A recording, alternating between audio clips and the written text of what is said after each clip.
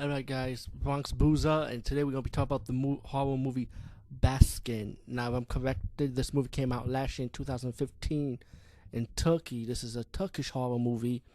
And the thing with Turkish horror movie, you're going to ask yourself the question, are they going to take over the horror genre? Is this the next country that's going to take over the horror genre? Actually, my answer is hell no.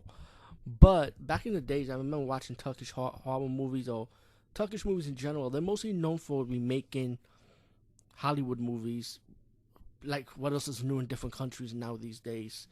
But and they mimic it so well in detail. But now it's like Turkish horror movies are coming back. And let me tell you something. I watched a couple of these Turkish horror movies in today's era, like the new stuff, what they're doing now, and the trailers hype you up so much, like you think this is what's going on, like the movie's gonna be fast paced, and when you watch it, it's slow as fucking hell, and then you gotta wait when it gets to its point. you know. And I remember there's a movie with Down Baldwin and Michael Madison. I forgot the name of it. I think it was called Dabby 5. I haven't seen that movie yet, but I really do want to see it, though. Hopefully, I'll catch on to it, and definitely will review it if I get a chance. So anyway, this is another horror movie, another Turkish horror movie out now, and finally on very good demand. It's called Baskin, and of course, like any Turkish modern day horror movie trailer, it looks good on screen, but don't be fooled. This movie is slow fucking pace. But am I saying it's a bad movie? No, I'm not saying it's a bad movie, even though it's not original. I mean, we've seen this done before. Spoilers, when spoilers. I'm gonna spoil it a bit, a little bit, but not the ending completely. But I'm gonna spoil it. It's one of those. Ready? I'm gonna talk about it now. The spoiler is this: it's pretty much one of those horror movies when you're dead, and you think you dead, or are you really dead? Is this really going on? It's one of those type of fucking horror movies. So again, it's nothing fucking new in any country, But the way the trailers perceive it as, you think it would be like a fast-paced horror movie. But anyway, you got these police officers chilling in a restaurant, having a good time. Suddenly you got this cloaked guy giving a bucket of meat to the chef to cook. So right now I'm thinking about, are they going to poison these guys to take them to somewhere else they're not supposed to be? Well, no. They get into altercation with this waiter, because the waiter was laughing at one of the policeman joke.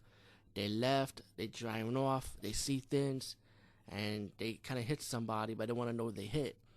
Right off the back, I already knew the ending right off the fucking back, like in the heartbeat, and I told you the spoilers just a moment ago, so you already know where this is going at.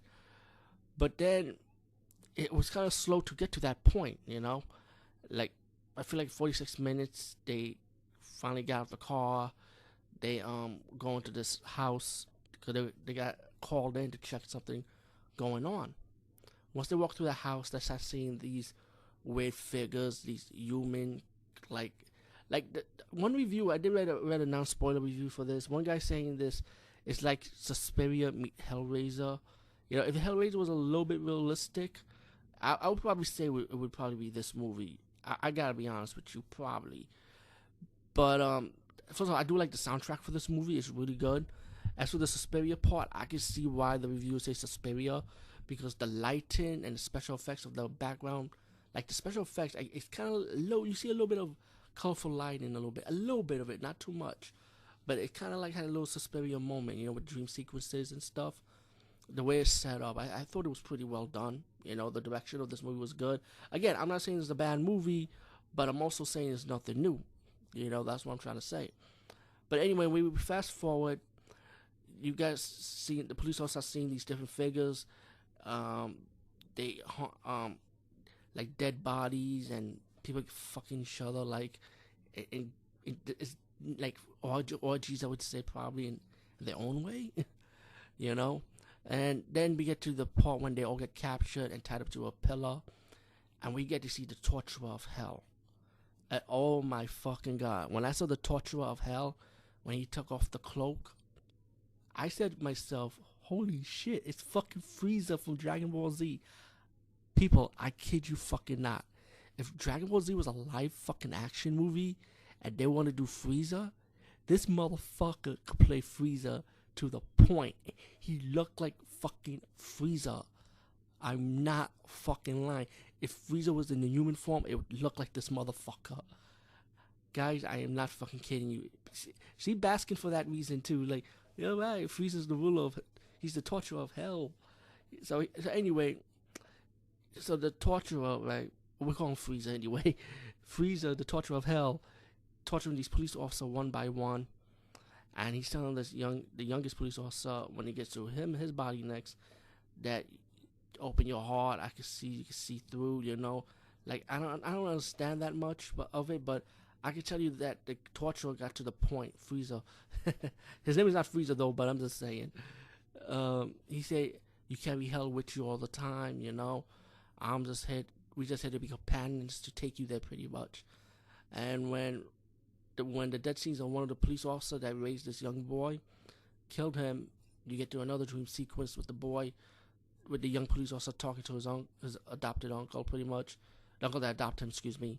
And he said, "Hey, I got a key to the afterlife," and pretty much the young man's gonna use this key to unlock his escape against the torture of hell, Frieza.